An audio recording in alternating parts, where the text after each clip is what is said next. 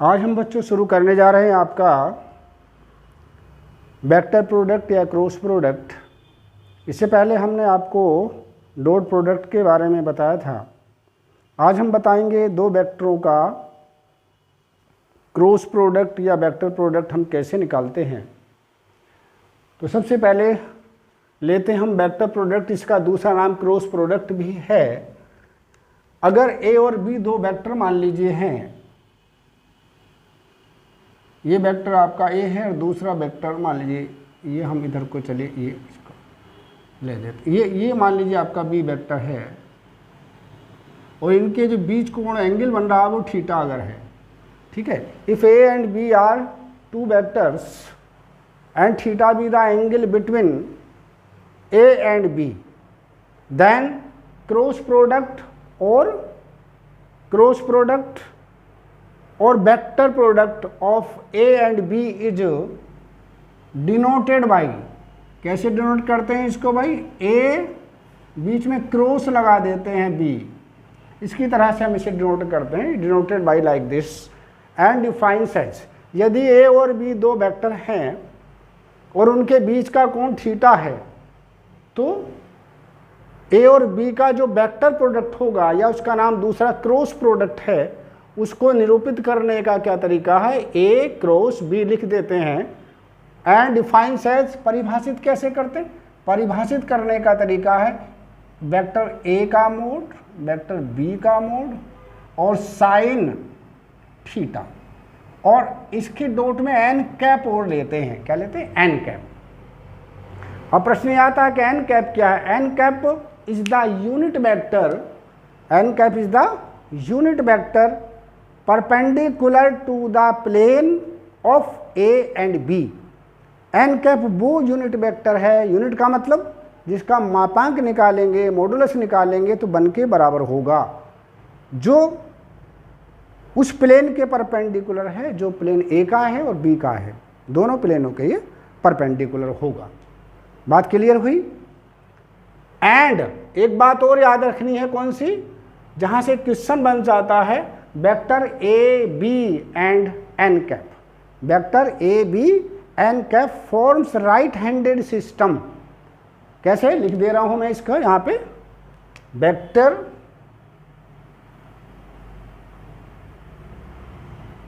Vectors A B N cap forms right handed system, right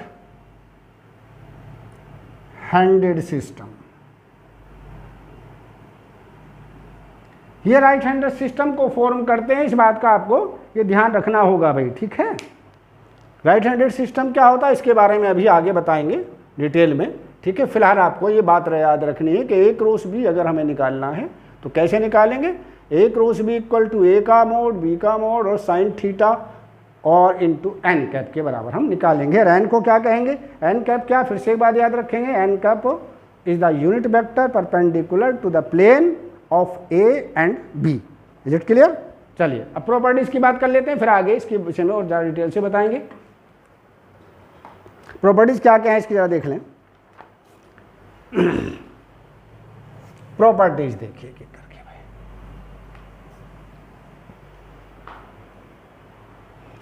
पहली property इसकी ये है, प्रॉपर्टीज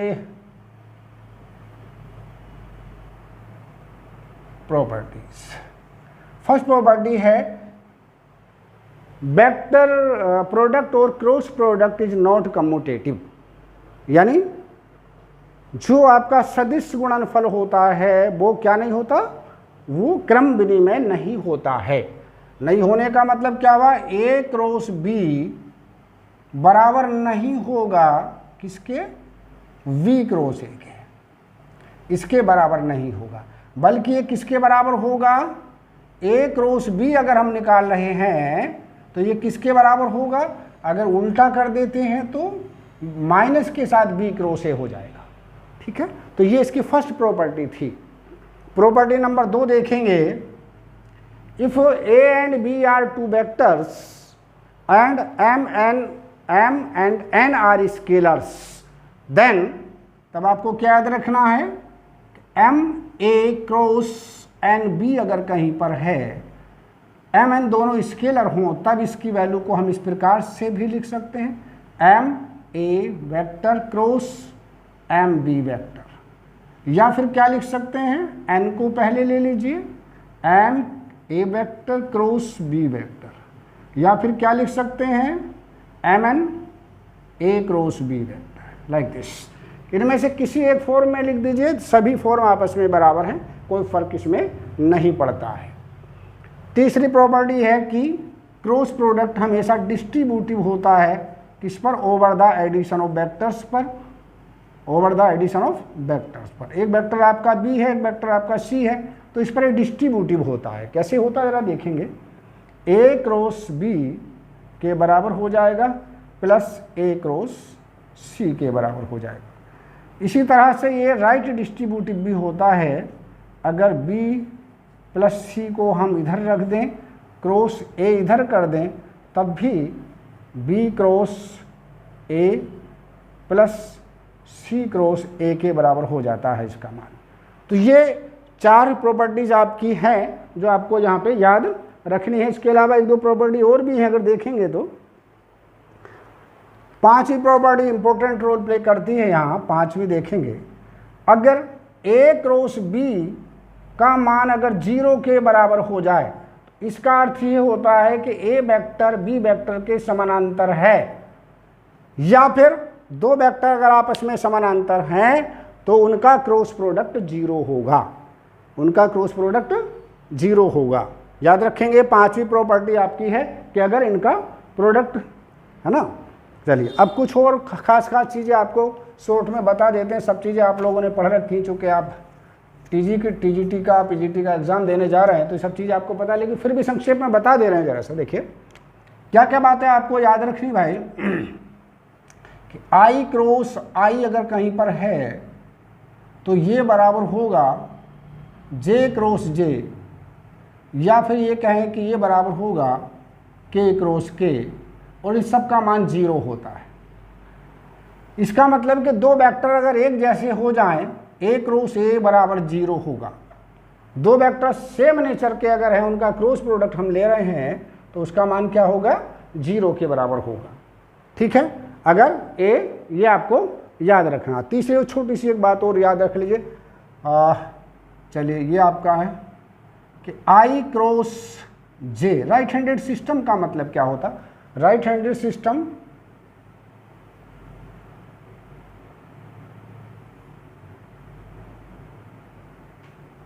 मान लीजिए आपका आई वेक्टर है, ये आपका जे वेक्टर है, यूनिट वेक्टर, ये आपका के है अगर, ठीक है। तो ये आई क्रॉस जे का मतलब आई क्रॉस जे, अगला वाला वेक्टर राइट हैंड वाला आ जाता, अगला वाला क्या होगा, ये के बराबर हो जाता। इसी प्रकार से जे क्रॉस के अगर लेंगे तो जे के अगला क्या आ गया, आई आ जाता है, ठीक है, आई के बराबर हो जाता। इसी प्रकार से के क्रॉस आई करेंगे, आई तो किसके बराबर हो जाएगा, ये जे के बराबर हो जाएगा। अगर इनका क्रम चेंज कर दें तो ये माइनस में हो जाएंगे, यानी आई क्रॉस जे की जगह जे क्रॉस आई कर दें तो माइनस के हो जाएगा, इसका चेंज कर दें तो माइनस आई हो जाएगा, इसका चेंज कर देंगे तो माइनस का जे हो जाएगा। ठीक है, ये आपको याद रखनी इतनी बातें, ठीक है। अब राइट हैंडेड सिस्टम अगर ए बी सी 3 वेक्टर है, मान लीजिए ए बी सी 3 वेक्टर अगर आपके हैं, तो उनका राइट हैंडेड सिस्टम क्या होगा, ए बी और सी राइट हैंडेड सिस्टम में बता रहे हैं अगर इनको, तो इसका मतलब क्या हुआ, अगर कहें if A B C are form से राइट हैंडेड सिस्टम, तो इसका अर्थ होगा कि ए क्रॉस बी बराबर सी होगा, बी क्रॉस सी बराबर ए होगा, सी क्रॉस ए बराबर आपका बी होगा। ये राइट हैंडेड सिस्टम कहलाता है। कौन सा सिस्टम कहलाता है, ये पूरा का पूरा जो सिस्टम है, ये यहाँ से यहाँ तक हमने जो लिया है, ये राइट हैंडेड सिस्टम कहलाता है। ध्यान रखेंगे, राइट हैंडेड सिस्टम।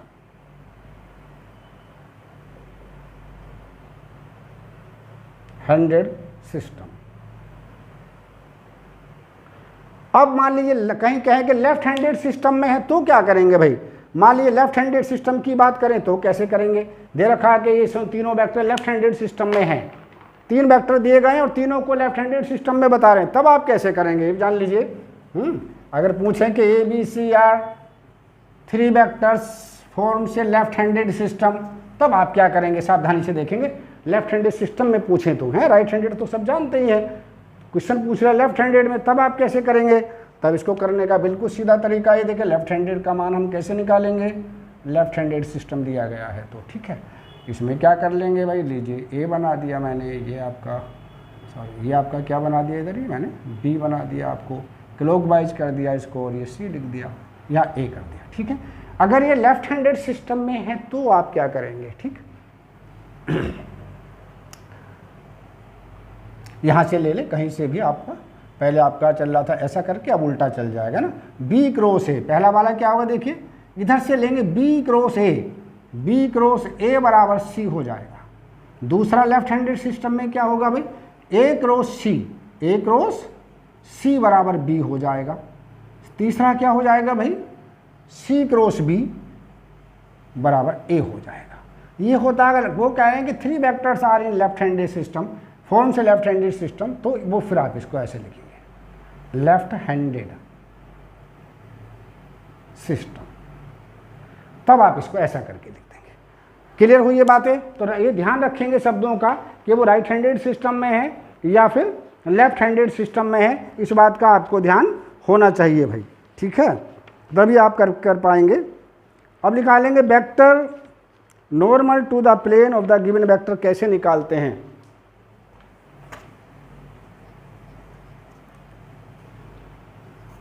लिखिए vector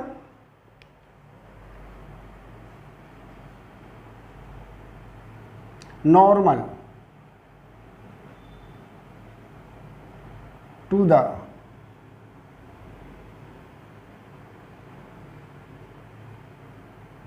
plane of given vector,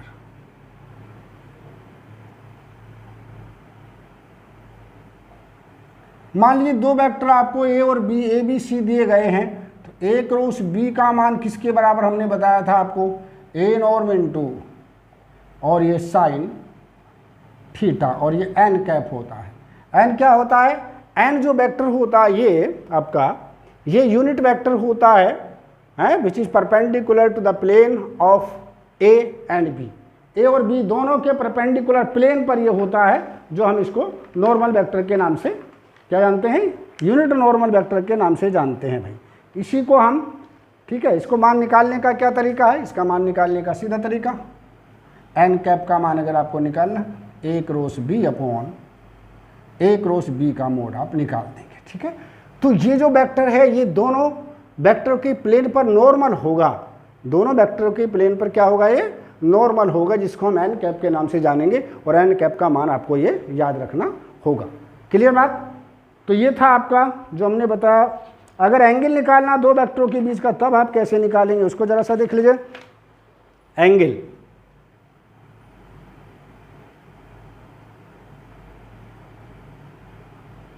between A and B, ये निकालना तो कैसे करेंगे भाई, इसी को लेके चले फार्मूला, तो बस सीधा साइन थीटा का मान आपको याद रखना होगा, कितना, ए क्रॉस बी अपॉन,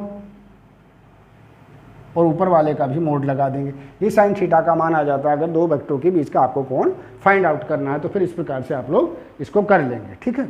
अब अगली टर्म हम ले लेते हैं, अगर एरिया निकालना है किसका, पैरेललोग्राम का, तो कैसे करेंगे।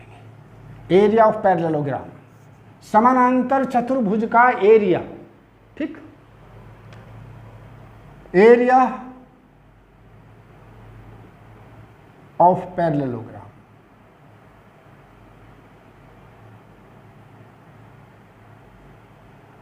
समानांतर चतुर्भुज का एरिया निकालना है आपको। मान लीजिए कोई भी समानांतर चतुर्भुज आपको दे रखा है, ये वाला मैंने ले लिया यहाँ, ठीक है, ये आपका ए है, ये आपका बी है, ये आपका सी है और ये डी है। 2 एडजेसेंट साइड आपको दे रखी हैं, इसके एडजेसेंट साइड ए है और इसकी ये साइड जो है दूसरी वाली, ये वाली बी है। अगर इसका एरिया आपको फाइंड आउट करना है, बशर्ते कि इनकी एडजेसेंट साइड आपको दे रखी हो, तो इसका मान आपको सीधा सीधा निकालने का है, ए क्रॉस बी का मोड निकाल देंगे तो इसका एरिया आपको मिल जाएगा। ठीक है, अगर मान लीजिए एडजेसेंट साइड नहीं दे रखी है तो ये मैंने नंबर 1 लिखा आपका एरिया। ठीक है, नंबर 2 आप निकालेंगे, एरिया निकालना दूसरी कंडीशन में, एरिया ऑफ पैरेललोग्राम। ठीक है, कब? अगर मान लीजिए उसके डायगोनल्स दिए गए हैं तो कैसे निकालेंगे भाई? मान लीजिए ये दे रखा है एक डायगोनल आपका, इसका जो पोजीशन वेक्टर है वो D1 है और एक दूसरा दे रखा है जिसका पोजीशन वेक्टर कितना है, D2 है। तब इसका एरिया निकालेंगे तो कैसे निकालेंगे? 1/2 D1 क्रॉस D2 निकाल देंगे। ठीक है, और इसका भी ले देंगे हम क्या, मोड। ठीक, D1 अगर डायगोनल दिए गए हैं तो फिर हम इस प्रकार से इसका एरिया निकालेंगे। अगर क्या दिए गए हैं, डायगोनल दिए रखे हैं तो फिर आप इस प्रकार से इसका एरिया फाइंड आउट करेंगे भाई। ठीक है, ये बातें आपको याद रखनी। इसके बाद देख लेते हैं अगर त्रिभुज का एरिया निकालना तो कैसे करेंगे भाई। त्रिभुज का एरिया देखें, हाँ तो त्रिभुज का एरिया देखेंगे नंबर 3 पर, एरिया ऑफ ट्रायंगल ABC का निकालना। ये मान लीजिए कोई भी ट्रायंगल आपको ABC दिया गया है मेरे बच्चों, ये A मान लिया मैंने, ये आपका B और ये आपका C। ठीक है, इसका पोजीशन वेक्टर, दो साइडों का पोजीशन वेक्टर मान लीजिए आपको दे रखा है, कोई सी भी दो साइड ले लें, इसका पोजीशन वेक्टर मान लीजिए आपको A दे दिया, इसका B दे दिया। ठीक है, तो इसका एरिया बराबर हो जाएगा 1/2 A क्रॉस B के बराबर हो जाता, इसका मोड हम ले देंगे। ठीक है, लेकिन अगर मान लीजिए वर्टिसिस दिए गए हैं इसके, क्या वर्टिसिस की पोजीशन, एक वर्टिसिस का पोजीशन वेक्टर दिया, इसका दिया, साइडों का ना देके वर्टिसिस का दिया गया, तब आप कैसे निकालेंगे? ठीक है, अगर साइडों का ना दे करके केवल क्या दिया है, वर्टिसिस का जो उनके शीर्ष हैं, ABC शीर्ष हैं, उनका पोजीशन वेक्टर दिया गया है, तब आप कैसे इसका एरिया फाइंड आउट करेंगे, उसका भी फार्मूला आप लोग जान लीजिएगा। ठीक है, तो देखें अगर वो दिया गया तो हम कैसे निकालेंगे उसके लिए। वर्टिसिस अगर दिए गए हैं, इफ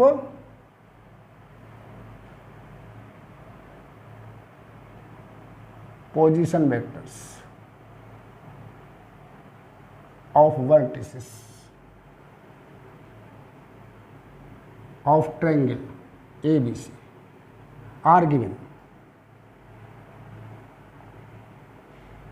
तब क्या हो गया एरिया, तब एरिया बराबर हो जाएगा 1/2 mode of A cross B plus B cross C plus C cross A, इसके बराबर होगा। ठीक है, आगे देखेंगे, इफ 3 पॉइंट्स, रिमार्क लिख दे रहा हूं मैं यहाँ पर, उसको जरा सा ध्यान से देख लेंगे, ये भी कभी कभी पूछ लिया जाता है, कैसे आप निकालेंगे। रिमार्क,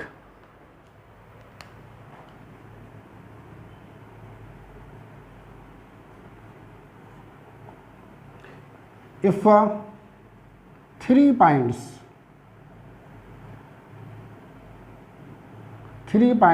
whose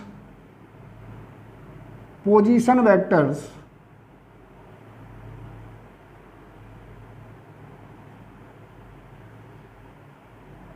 are ABC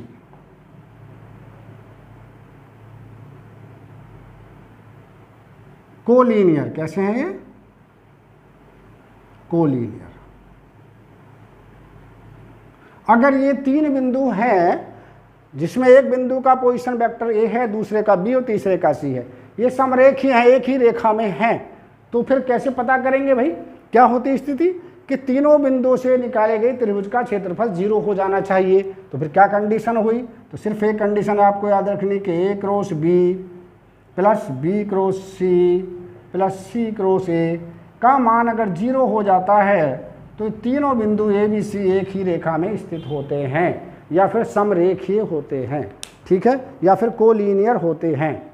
ठीक है, ये बातें आपको याद रखनी भाई, इतनी बातें आपको याद रखनी थी जो हमने आपको बताई। एक चीज़ और देख लीजिए, momentum of a force, momentum of force और देख लेते हैं, फिर आगे क्वेश्चन कराते हैं।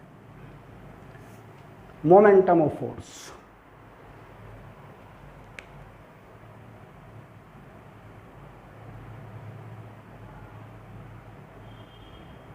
Momentum of force. Momentum force, मान लीजिए फोर्स F है और किसी बिंदु O के सापेक्ष उसका मोमेंटम निकालना है, तो उसके लाइन ऑफ एक्शन में कोई बिंदु P ले लेंगे हैं, और उसका मोमेंटम क्या करेंगे, फिर हम OP क्रॉस F कर दीजिए, उसका मोमेंटम आपको प्राप्त हो जाएगा। बस ये छोटा सा फार्मूला आपको you have to keep in your mind, याद रखना है भाई। अब चलिए इसके क्वेश्चनों की तरफ हम आ जाते हैं, क्रम से एक एक करके आपके सामने लिखे हुए जरा सा देखेंगे तेजी के साथ में। वेक्टर तो आप लोग अध्ययन कर चुके हैं बहुत पहले। पहला क्वेश्चन देखेंगे, if theta be the angle between vector A and vector B and A cross B mod equal to A dot B, then theta equal to वाट।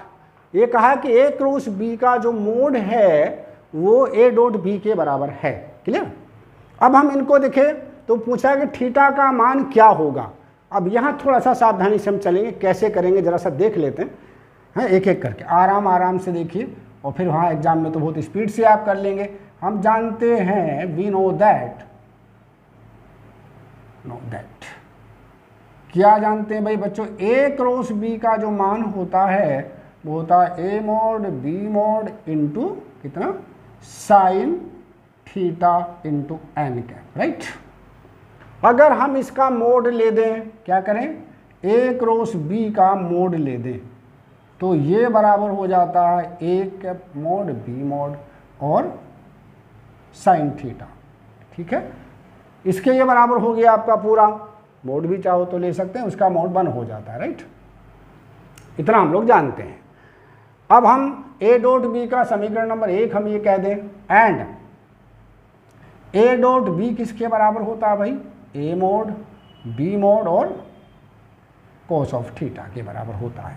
ठीक है, अब इसका भी अगर हम मोड ले दें दोनों तरफ तो क्या होगा भाई,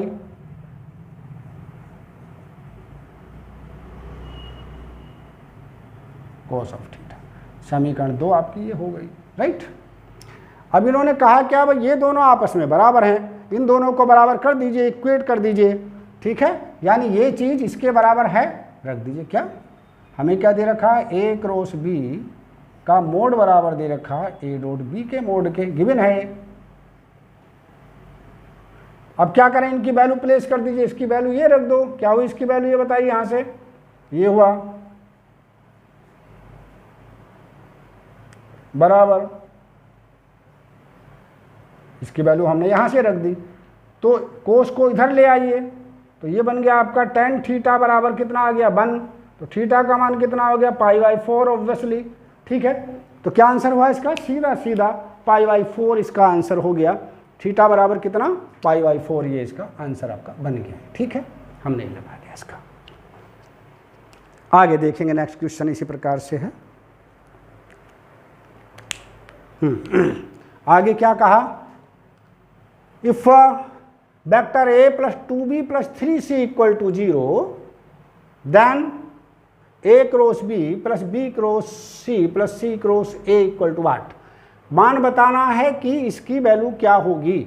ठीक है, अब मान, अब देखना हमें आंसर किस रूप में पूछ रहे हैं। उन्होंने कहा कि इसका मान 0 होना चाहिए, फिर आगे कह रहे हैं कि इसका मान c 6 इंटू है, शायद 6 है, इसको ये 6 है, कितना ये 6 इंटू बी क्रॉस सी है, या 2 इंटू बी क्रॉस सी है, या 3 इंटू सी क्रॉस ए है। ये हम देख लेते हैं, जरा सा देखें एक एक करके। जो दे रखा है उसको लेके चलेंगे और देखिए आंसर हम कैसे लाते हैं, ये जरा सा देखने की कोशिश आप कर लेंगे। ठीक है, तो हाँ क्या दिया भाई, ए बराबर दिया है, given that A equal to A plus कितना 2b plus 3c, 2b plus 3c equal to 0, right. A का मान यहाँ से फाइंड आउट कर लीजिए, ए इक्वल टू क्या, माइनस का 2b प्लस 3c। ठीक है, ये हमारे पास है, इसको इक्वेशन हमने 1 कह दिया। चले अब देखें हमें क्या क्या चाहिए भाई, पूछा है ए क्रॉस बी, इसका बी के साथ क्रॉस लगा दें पहले, किसके साथ, बी के साथ। कैसे, इधर की तरफ लगाएंगे, ए क्रॉस बी हम यहाँ लगा रहे हैं, तो क्या होगा भाई, माइनस का 2b प्लस 3c और क्रॉस बी कर दिया मैंने, इसको जब हम अंदर लेके आए तो b क्रॉस b 0 हो जाएगा। तो ये क्या बना भाई, लो लिख भी दे रहे हैं 2b cross b minus 3c cross b। तो ये b क्रॉस b तो 0 हो गया, जब एक जैसे वेक्टर हो जाते हैं तो उसका मान 0 हो गया। ये क्या लिखा, c क्रॉस b। इसका उल्टा अगर हम कर दें तो 3b क्रॉस c हो जाएगा। ये हुआ कि नहीं? तो आपने निकाला a क्रॉस b का मान निकाला 3 इंटू b क्रॉस c। एक समीकरण हमने ये बनाकर यहाँ स्पष्ट रूप से रख दी। ठीक, अब हमें क्या चाहिए आगे भाई, आगे पूछा है उन्होंने कितना, b क्रॉस c चाहिए आपको। तो b क्रॉस c तो हम यहाँ नहीं निकालेंगे, ऐसे ही रहने देते हैं, c क्रॉस a निकाल लेते हैं। क्यों, इधर तो ये है ना। अब देखिए क्या लेंगे, अब c क्रॉस a लीजिए, a आपके सामने इधर रखा तो c क्रॉस a। c किधर लगाया हमने, लेफ्ट में लगाया, तो c किधर गुणा कर लीजिए, बराबर c cross 2b plus 3c। इसको अंदर ले जाएंगे तो क्या हो जाएगा, 2c cross b plus 3c cross c। और c क्रॉस c 0 हो गया, तो ये क्या बन गया, माइनस का 2c क्रॉस b। अगर हम इसे सीधे रूप में लिखें, b को पहले ले आएँ तो पॉजिटिव हो जाएगा, तो ये बना 2b क्रॉस c। ठीक है, तो c क्रॉस a किसके बराबर आ गया भाई, 2b क्रॉस c, राइट। ये आपका हो गया। तो देखिए ये भी b क्रॉस c आ गया, ये भी b क्रॉस c आ गया। मान हमें किसका चाहिए भाई, मान हमें पूछा है किसका, मान पूछा है, जरा सा ध्यान से देख लीजिए, मान पूछा a cross b cross c cross a। अब इसका मान हम रखेंगे। ठीक है, लिखे देन किसका मान पूछा, a क्रॉस b प्लस अगला a क्रॉस b के बाद क्या है b क्रॉस c। चलिए फिर किसका मान है, c क्रॉस a बराबर, एक एक करके देख लें। a क्रॉस b का मान कितना निकाला, ये रहा 3b क्रॉस c। कितना, 3b क्रॉस c प्लस इसका मान कितना भाई, c क्रॉस a का, ये रहा भैया b क्रॉस c को ऐसे ही उतार दीजिए, क्योंकि हम b क्रॉस c में लेके चल रहे हैं तो b क्रॉस c हमने ऐसे ही उतार दिया। प्लस c क्रॉस a का मान कितना भाई, 2 कितना b क्रॉस c। तो इस प्रकार से बन गया आपका 3 और 2 5 और 1 6, कितना b क्रॉस c। क्या आ गया, 6b क्रॉस c इसका आंसर हो गया। तो कौन सा आंसर आया भाई बच्चों, ये 6b क्रॉस c इसका, ये वाला b इसका आंसर आपका आ गया, राइट। ऐसे आप कर सकते हैं, किसी और फॉर्म में भी चेंज, और भी एक आंसर इसका ला सकते हैं। देखिए एक आंसर और आ सकता है, कई बार 2 आंसर भी हो जाते हैं, जैसे b क्रॉस c है, ध्यान से देखिएगा, b क्रॉस c एक आंसर और इसका अगर हम लाना चाहें तो कई बार 2 आंसर भी हो जाते हैं। तो देखिए ये क्या होगा बच्चों, जरा बताओ, हालांकि आपने एक ही पूछा जाता, इसको हम लिख दें 3 इंटू 2b क्रॉस c। ध्यान से देखिए 3 इंटू b क्रॉस c, ध्यान से देखिए 6 को मैंने ऐसे करके लिख दिया।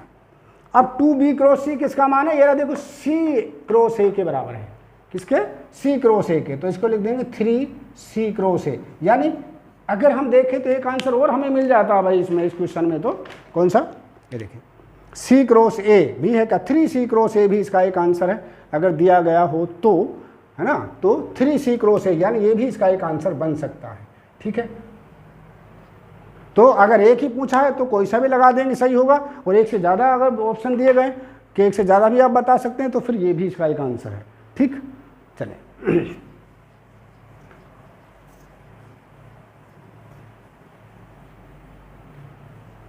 आ गया है ये नेक्स्ट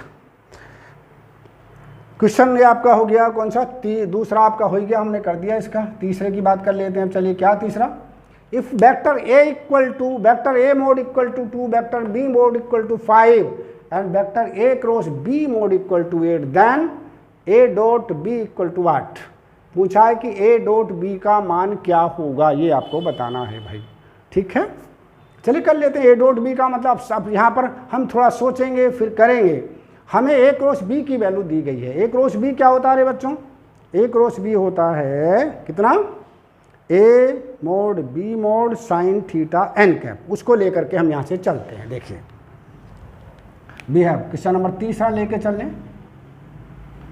क्या जानते हैं आप भाई बच्चों, a क्रॉस b बराबर होता है a मोड b मोड और साइन थीटा का cap, right, sine theta n cap.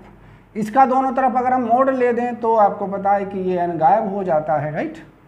अब इनकी वैल्यू प्लेस कर देंगे यहाँ से। a मोड की वैल्यू कितनी है, a क्रॉस b मोड की वैल्यू कितनी, सामने देखेंगे 8 है, इसकी वैल्यू हमने 8 रख दी। बराबर ए मोड की वैल्यू कितनी है 2 और उसकी कितनी है 5, तो यहाँ लिखा हमने 2 गुणा 5 और ये लिखा हमने साइन थीटा, इसका मान 1 हो जाता है। तो साइन थीटा का मान कितना हुआ रे बच्चों, साइन थीटा बराबर हो गया हमारे पास 8/2 गुणा 5, यानी आप कह सकते हैं 4/5। यहाँ से कोस थीटा का मान निकाल लीजिए। कोस थीटा किसके बराबर हुआ, √1 माइनस साइन स्क्वायर थीटा, आप जानते हैं।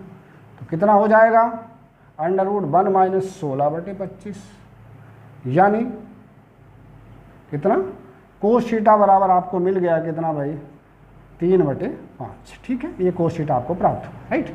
लेकिन वैल्यू किसकी चाहिए आपको, सवाल में देखें प्रश्न में क्या कहा, क्वेश्चन में कहा कि what is the value of, question number 3 में पूछा है ए डॉट बी की वैल्यू बताइए। तो A dot B 10, A dot B किसके बराबर बताया था, ए मॉड बी मॉड और कोस ऑफ थीटा। लो भाई, ए मॉड का मान आपको पता है 2, बी मॉड का मान आपको पता 5, कोस थीटा का मान आपको पता 3/5। 5 से 5 कट गया, 6 आ गया भाई, कितना आ गया 6 आंसर आ गया। तो क्या आंसर लिख देंगे इसका, जस्ट हम 6 अगर दे रखा है तो इसका आंसर होगा, तो देखिए आ गया 6 भाई, लीजिए हुआ क्लियर। तो ये भी हमने क्लियर कर दिया आपका। अब देखेंगे चौथे क्वेश्चन की ओर जरा सा आइएगा, फिर देखिए क्या आ रहा चौथा क्वेश्चन को।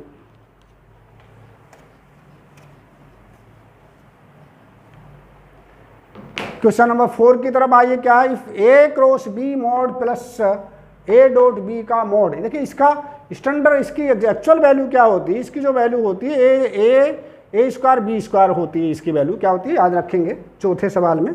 ये बताना से हम शायद रह गई, आप लोग पहले जान भी चुके होंगे। क्या है, ए क्रॉस बी, क्या, ए क्रॉस बी के मॉड का स्क्वायर प्लस आगे ए डॉट बी के मॉड का स्क्वायर, और ये बराबर होता है किसके, ए स्क्वायर बी स्क्वायर के। ठीक है, और यानी ऐसे कह सकते हैं ए डॉट ए और बी डॉट बी। ये इसका आंसर कहीं है तो लिख देंगे A dot A B dot B, चौथे सवाल में कहीं दिया कि ये लीजिए, ये आपका आंसर ये बन गया 5।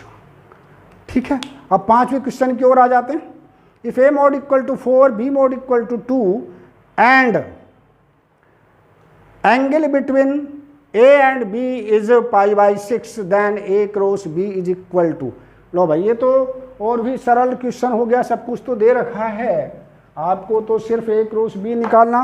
5वें सवाल की ओर देखेंगे, क्वेश्चन नंबर 5। देख कितने फटाफट आप लोग कर रहे हैं।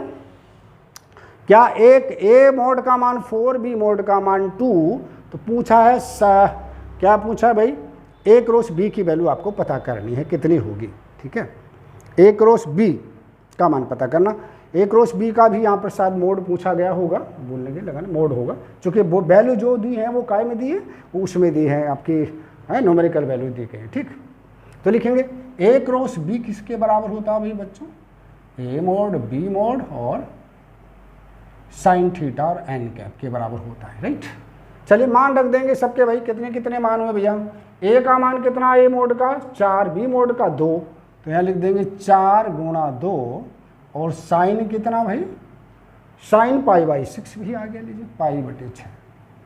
π/6 का मतलब होता है 30 डिग्री, तो साइन 30 का जो भी मान आपका आता हो, और इसका भी आप एन कैप और ए क्रॉस बी इसका मोड आप लेंगे तो पूरे का मोड आपका आ जाएगा। ठीक है, तो ये आपका कितना आया, 8 गुणा साइन 30 कितना होता है भाई, साइन 30 में आई थिंक 1/2 होता है ना, कितना होता है 1/2 साइन, तो ये आपका 4 आंसर आ गया। कितना दे रखा क्या होगा, 4 भाई, 4 मुझे लगता है नहीं दिया सर ना। ए क्रॉस बी 4 48 है ना, कोई बात नहीं, तो एंटी लिख देंगे इसका, ये आपका हुआ। ठीक है, 4 दूनी 8 और साइन 30, साइन 30 बिल्कुल 1/2 होता है। ठीक, तो ये आपका आंसर आना चाहिए था। ठीक है, चलिए अगला देख लेते हैं। If vector A mod equal to 4, vector board B mod equal to 2 and angle between vector A and B is π/6, then A cross B mod की वैल्यू आपको बतानी। तो हम जानते हैं ए क्रॉस बी का मान vector A mod vector B sine theta N cap. तो एक इसका हमने वैल्यू सबकी आपकी दे रखी, साइन 30 का मान यहाँ से रख दिया, 4 दुनिया, ठीक है, यही आपका आंसर। अगला देख लेते हैं, नेक्स्ट क्वेश्चन को देखेंगे। If I plus 2j plus 3k and 3i minus 2j plus k represent the adjacent side of a parallelogram then the then the area of this parallelogram is. भाई दो साइडें दे रखी, ए और बी दे रखा है। छठे सवाल में ए का मान दिया कितना भाई, ये आपका 1 2 3 आई प्लस 2j प्लस 3k, और b बराबर कितना दिया रे बच्चों, b बराबर दे रहे हैं आपका 3 minus 2 1 3i 3 minus 2 j plus k, ये दे रखा। तब हमें क्या निकालना, सबसे पहले एरिया पूछेंगे तो a क्रॉस b निकाल देंगे, और a क्रॉस b निकालने का तरीका होता है i यहाँ j और यहाँ के। ये तो वैसा सिंपल तरीका, एक बहुत सिंपल तरीका मैं आपको यहाँ पर बता दे रहा हूँ कैसे निकालना है। a क्रॉस b अगर निकालना तो बिना टेबल बनाए आप कैसे निकाल सकते हैं, उसको जरा सा आप देख लेंगे, एक मिनट। a क्रॉस b निकालने का सीधा तरीका आप समझ लेंगे। क्या करेंगे, सबसे पहले आप इसको ढक लेंगे, आई वाले को ऐसे करके, ऐसे इसको ढक लीजिए। इसका गुणा 2 ही कम 2 और 3 दूनी 6, 6 और 2 8, क्या हो गया 8 लिख देंगे। इसका फिर से देख लेंगे क्या जी, क्या करेंगे, 2 ही कम 2 माइनस का चिन्ह लगाएंगे, 3 दूनी 6 और 2 8, ये 8 आई कैप आपका आ जाता है। अगला, अब इसको हम ढक लेंगे, उल्टा गुणा करेंगे, 3 दूनी 6, 6 में से हम 1 कम करेंगे, 6 में से 1 कम करेंगे तो ये कितना, फिर देखिए सॉरी 3 तिया 9, कितना, इसकी इससे करेंगे 3 तिया 9 माइनस 1 यानी 8j। फिर इसको ढक लेंगे आपके, 2 ही कम 2 माइनस के 2 और माइनस के 6 तो माइनस के 8k आ गया मुझे लगता है। एक बार फिर से जरा सा चेक कर लेते हैं भाई, क्या जी, ये हुआ आपका, इसको ढका हमने तो ये 2 और 6 8, इसको ढक लेंगे 9 माइनस 1 8, इसको ढक लेंगे माइनस का कितना, माइनस का ये हुआ आपका 2 और माइनस का 6 माइनस का 8, ठीक है।